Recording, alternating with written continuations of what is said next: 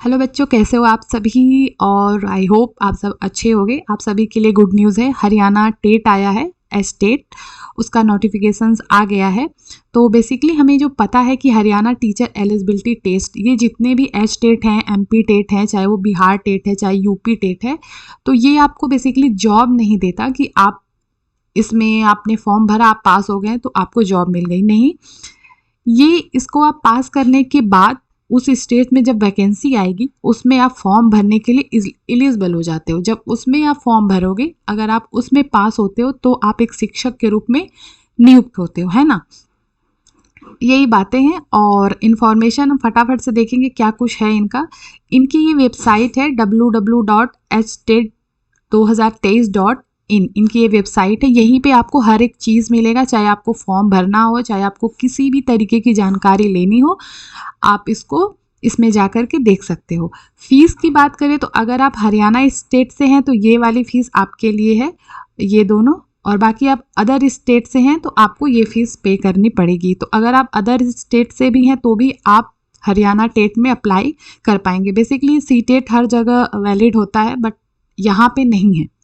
हरियाणा में C TET को नहीं मानते हैं, इसीलिए अगर आप हरियाणा में जॉब करने के इच्छुक हैं तो आपको ये एग्ज़ाम देना चाहिए, क्योंकि कब क्या चेंजेस हो जाएंगे बताया नहीं जा सकता, ठीक है। और ऑनलाइन जो फॉर्म आपका स्टार्ट है वो है आपका 30/10/2023, यानी कि 30 तारीख से आपका फॉर्म स्टार्ट हो गया है, 2 दिन पहले से ही। 30 अक्टूबर से आपका फॉर्म भरा जा रहा है और आपका फॉर्म का जो लास्ट डेट है वो है 10 नवंबर तक आपको फॉर्म भर लें। तो आप वेट मत करिए, फटाफट से फॉर्म भरिए, क्योंकि लास्ट टाइम पे फॉर्म भरने में गलतियां होती हैं, इसीलिए जितना जल्दी है आप आराम से अपना फॉर्म फिलअप कर लीजिए। और करेक्शन का जो डेट है वो आपका 11 नवंबर से 12 नवंबर तक है, आपको एक दिन का टाइम दिया जा रहा है। इसके बीच में आपको किसी भी तरीके का करेक्शन करना है अपने फॉर्म में तो आप कर सकते हैं। इसके बाद आपको करेक्शन करने के लिए डेट नहीं मिलेगा, है ना। तो ध्यान से फॉर्म को भरिएगा। आगे देखेंगे हम। और फॉर्म भरने से पहले सारी चीज़ें आप अच्छे से पढ़ लीजिएगा, सारी चीज़ें अच्छे से, जैसे आपका नाम है, फादर नेम है, फ़ोटो है, जो भी आपका आधार कार्ड का जो भी नंबर है, सारी चीज़ें अच्छे से ध्यान से भरिएगा। एडमिट कार्ड जो है आपका वो आपका आ जाएगा 24 नवंबर को। 24 नवंबर को आपका एडमिट कार्ड जो है वो आ जाएगा और ऑनलाइन आएगा। ऐसा मत सोचिएगा कि ये एडमिट कार्ड आपको बाई पोस्ट आने वाला है, ये आपको ऑनलाइन मिल जाएगा। और आपको अगर किसी भी तरीके की प्रॉब्लम है तो ये इन्होंने अपना नंबर दिया हुआ है यहाँ पे, और ये इनका ईमेल है, आप यहाँ पे इनसे कांटेक्ट कर पाओगे, है ना। आगे देखेंगे। और एक चीज़ और मैं बताना चाहूँगी, अगर आप पीआरटी के लिए, जैसे इसमें 3 लेवल हैं, पीआरटी, टीजीटी और पीजीटी। जैसे सीटेट में 2 लेवल होता है, 1 to 5, 6 to 8, बट इनके टेट में 3 लेवल है ना। तो अगर आप एलिजिबल हो कि आप पीआरटी के लिए अप्लाई कर रहे हो 1 से 5 के लिए, लेकिन साथ में आप एलिजिबल हो 6 to 8 के लिए, तो आप जो है दोनों फॉर्म भर सकते हो। अगर आप तीसरे लेवल के लिए भी एलिजिबल हो तो आप तीनों ही भर सकते हो, ऐसा नहीं है कि आप एक ही भर सकते हो, है ना।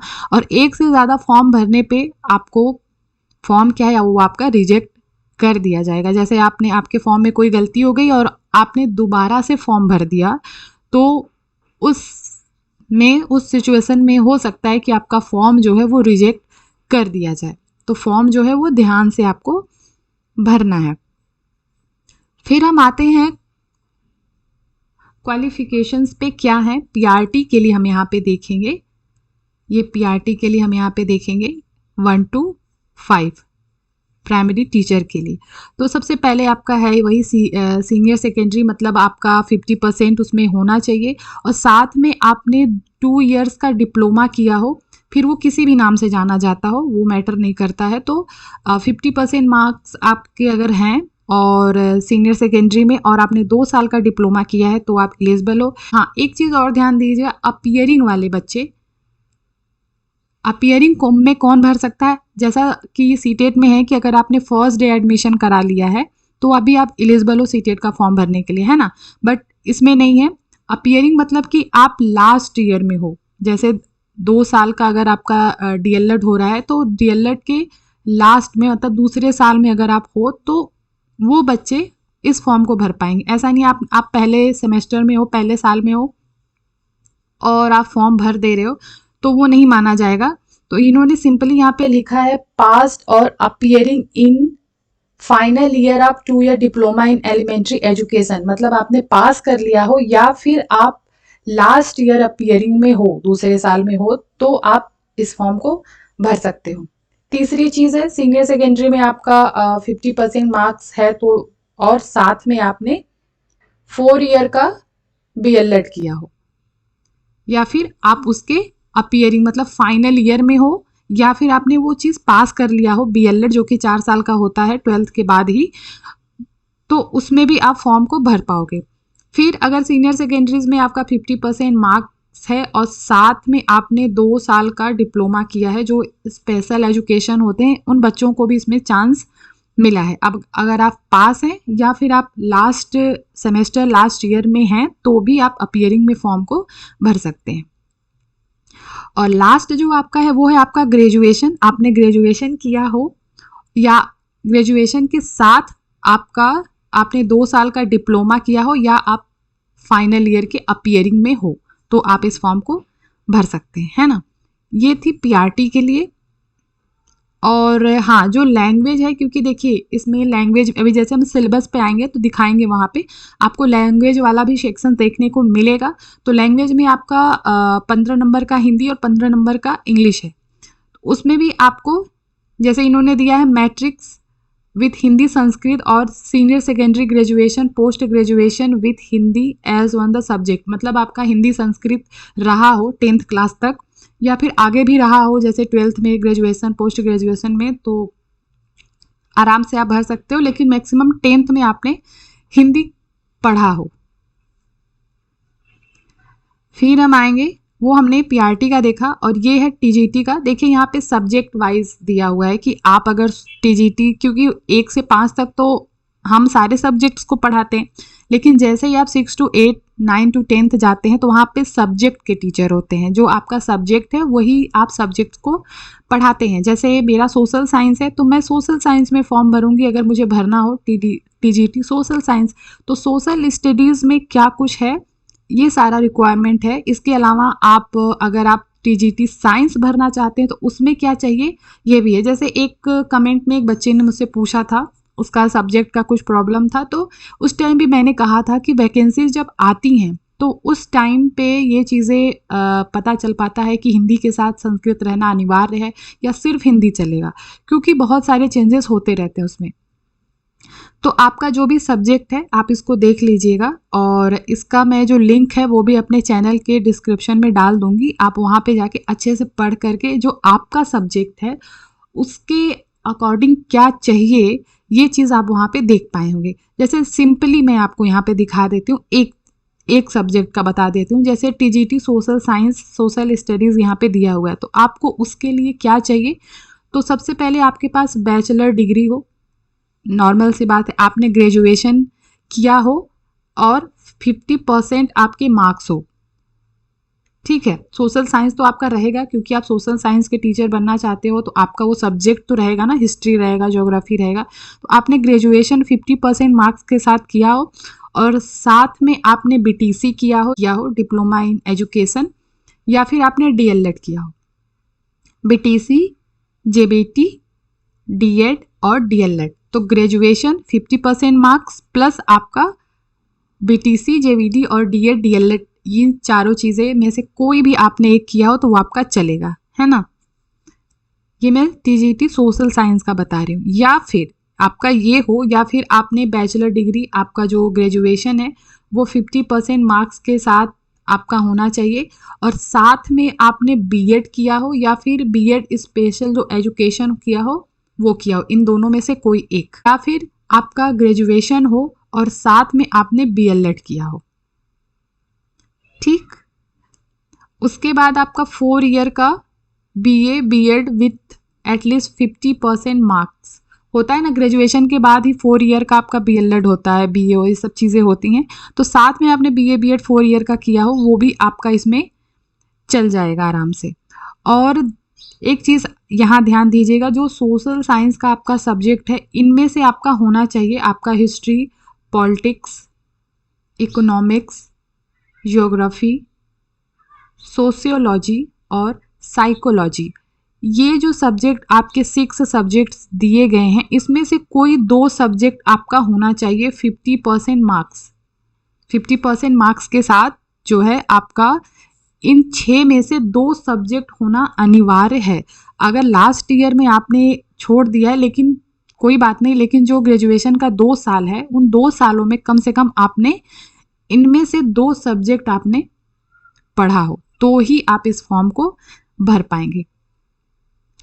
और उसके बाद यही फिर से यही चीज़ है कि हिंदी संस्कृत आपका हाई स्कूल या फिर 12th इसमें ग्रेजुएशन में रहा हो, 10th तक भी अगर आपने पढ़ा है तो भी चलेगा। तो फिर आपका जो भी सब्जेक्ट है उसके अकॉर्डिंग आप अच्छे से इसको पढ़ लीजिएगा। ये टीजीटी साइंस का है, इसी तरीके से सारी सब्जेक्ट इसमें दिए हुए हैं, ठीक है। फिर हम आ जाते हैं यहाँ पे पीजीटी का। ये लेवल 3 है आपका पीजीटी, पोस्ट ग्रेजुएशन टीचर। तो इसमें आपका जैसे आपका इंग्लिश है, हिंदी है, ज्योग्राफी है, होम साइंस है, sociology, psychology, Punjabi, Urdu, history, इतने सारे सब्जेक्ट्स के टीचर चाहिए। तो जो आपका पीजीटी लेवल है ये आपका पोस्ट ग्रेजुएशन में आता है। आपका पोस्ट ग्रेजुएशन होना चाहिए 50% मार्क्स के साथ, और साथ में आपका बीएड होना चाहिए, ठीक है। और लैंग्वेज वाला वही सेम है। तो आपका फिर आपका जो सब्जेक्ट्स है उसके अकॉर्डिंग आप देख लीजिएगा इसको क्या कुछ इसमें मांगा है। आगे बढ़ते हैं, यहाँ देखते हैं निगेटिव मार्किंग इसमें नहीं है, ठीक है। और फिर एमसीक्यू आपका जो है जैसे सीटेट में आता है कि आपको 4 ऑप्शन दिए जाते हैं, उस तरीके की चीज़ें हैं। और क्या कुछ है इसमें सिलेबस में थोड़ा सा हम देखेंगे कि इनका क्या है। सबसे पहला जो है आपका है चाइल्ड डेवलपमेंट एंड पेडागॉजी, जो आपके 30 मार्क्स के हैं। फिर आपका लैंग्वेज है, वो भी आपके 30 मार्क्स के हैं, जिसमें आपका हिंदी 15 और इंग्लिश आपका दिया हुआ है।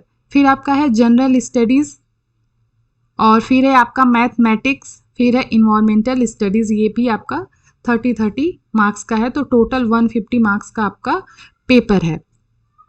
एक चीज़ ज़्यादा जीके में जो आपका दिया है हरियाणा जीके एंड अवेयरनेस, तो हरियाणा का ये है। तो बेसिकली देखिए आपको क्या चीज़ें पढ़नी है ये भी हम थोड़ा सा आगे फटाफट से बात करेंगे।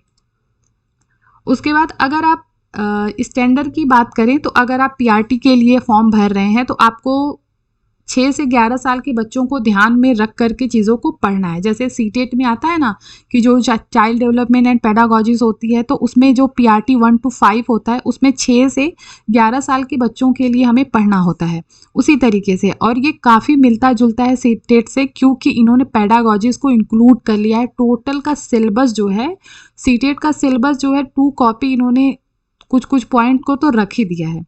तो अगर आप सीटेट का भी प्रिपरेशंस कर रहे हो तो आपके लिए काफ़ी ये अच्छा है। फिर ये लैंग्वेज वाला ही है, इनका रीजनिंग आएगा, आपका मैथ आएगा, ये सारी चीज़ें आएंगी। और इसके बाद हम देखेंगे यहाँ पे अगर आप हरियाणा से हैं तो आपका अगर 82 नंबर है यानी कि 55% है तो आपका चलेगा। अदर स्टेट वालों के लिए आपको 90 नंबर इसमें चाहिए यानी कि 60%। इसमें आपको किसी भी तरीके की छूट नहीं मिलेगी अगर आप अदर स्टेट से आते हैं।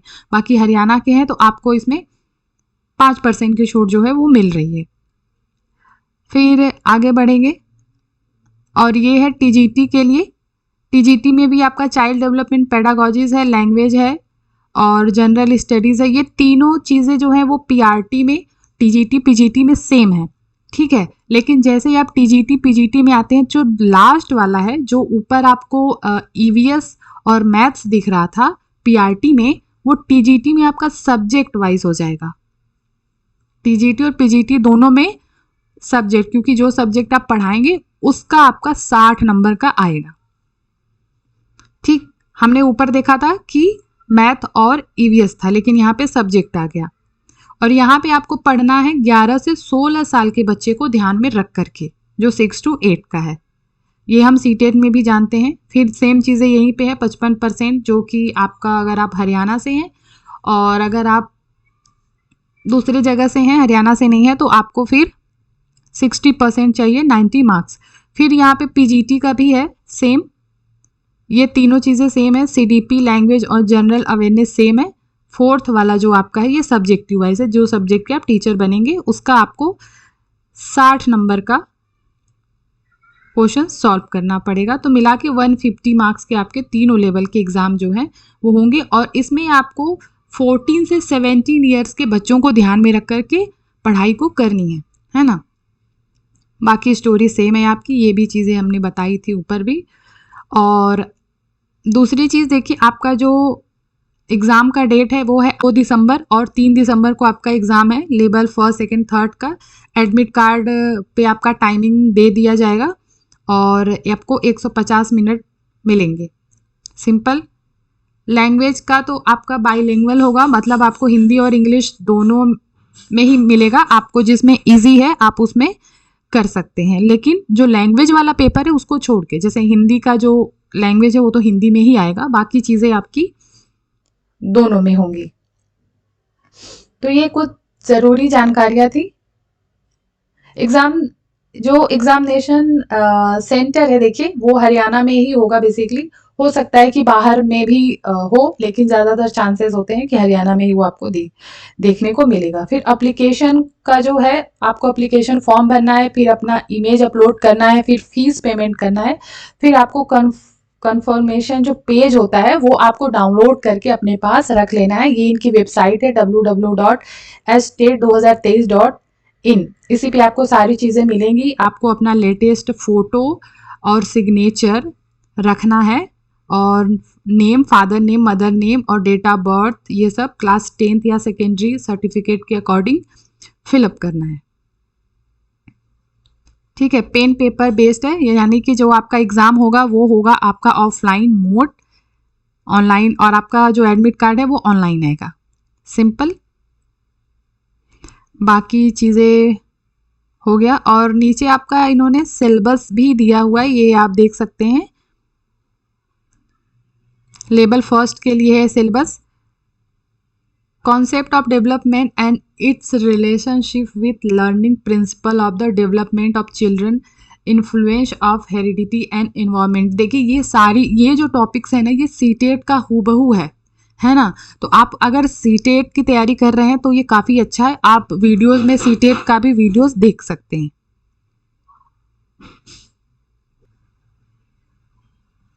आप देखेंगे आपको हिंदी और इंग्लिश दोनों में ही दिया हुआ है। अगर आपको दिक्कत है सिलेबस को हिंदी में इंग्लिश में समझने में, तो आप हिंदी में देख सकते हैं। विकास की अवधारणा एवं सीखने के साथ इसका संबंध, ये सारी चीज़ें जो पियाजे हैं, कोहलबर्ग हैं, वाइगोस्की हैं, ये सब कुछ आपका सीटेट में है। बाल केंद्रीय प्रगतिशील शिक्षा, फिर आपकी समावेशी शिक्षा, ये सब कुछ सीटेट का ही सिलेबस है। इसके बाद आपका जो भाषा है, जो आपका गद्यांश पद्यांश आएगा, ये सब कुछ सीटेट का ही है। आई होप आपको ये समझ में आया होगा। तो हमने सारी चीज़ें देखी, और नॉर्मली हम अगर फोकस करें चीज़ों में, आपका जो हरियाणा टेट है मीडियम की अगर आप बात करें तो आपको हिंदी और इंग्लिश दोनों में ही पेपर देखने को इसमें मिलेंगे। हिंदी और इंग्लिश दोनों में ही पेपर आपको देखने को मिलेंगे। वैलिडिटी की बात करें तो देखिए ये 7 ईयर इसकी वैलिडिटी है। जैसा कि हम जानते हैं कि जो हमारा सीटेट है वो लाइफ टाइम है, बट हरियाणा का जो टेट है वो सिर्फ 7 साल तक ही वैलिड होता है। उसके बाद एज की बात करें तो एज की बात यहाँ पे नहीं की गई है कि आपका कोई लिमिट लगाया गया है कि आपकी, अगर आप 101 साल के भी हैं तो भी आप देख सकते हैं। बेसिकली मैं मजाक कर रही हूँ। एग्ज़ाम सेंटर की बात करें तो ये हरियाणा में ही है, पड़ेगा आपका। बाहर भी दे सकते हैं, बट ज़्यादातर संभावनाएं होती है कि ये हरियाणा में ही दे। मोड ऑफ एग्जामिनेशन की बात करें तो ये जो आपका एग्ज़ाम है वो होगा ऑफलाइन मोड। ठीक है, ऑफलाइन मोड आपका ये एग्ज़ाम होगा। अब आपको तैयारी कैसे करनी है, तो सबसे पहले जो आपको बुक्स पढ़नी है वो है हरियाणा स्टेट की जो बुक चलती है। जैसे आप 1 to 5 का दे रहे हैं तो 1 to 5 में जो गवर्नमेंट स्कूल में हरियाणा की जो बुक चलती है उसको आप प्रीफर करिए। 6 to 8 की बुक ले लीजिए। तो जिस लेवल का भी आप तैयारी कर रहे हैं तो हरियाणा स्टेट की आप बुक ले लीजिए, प्लस आप NCERT को पढ़िए। और सिंपली बात करें तो NCERT प्लस आपका SCERT जो स्टेट बुक है जो हरियाणा की है उसको आपको पढ़ना है। प्रीवियस ईयर आपको सॉल्व करना है, उससे आपको ये पता चलेगा कि इनका लेवल कैसा है, क्योंकि इनका लेवल थोड़ा सा आपको टफ मिलेगा अदर स्टेट के अलावा। ठीक है, तो यही है, प्रीवियस ईयर करके जाएं और हरियाणा स्टेट की बुक्स पढ़ें। टाइम आपके पास सिर्फ 1 महीने का ही है। आपने पहले से तैयारी कर रखी हो तो बहुत अच्छी बात है। वैसे कम टाइम में आप जितना कर सकते हो आप करो। ठीक है, तो ये कुछ ज़रूरी जानकारियाँ थी। आई होप आपको ये अच्छा लगा होगा, और किसी भी तरीके का दिक्कत हो तो आप कमेंट में लिख करके मुझे बता सकते हो। ठीक है, तो मिलते हैं हम नेक्स्ट वीडियो में। तब तक के लिए आप अपना ख्याल रखिए, पढ़ते रहिए और पढ़ाते रहिए।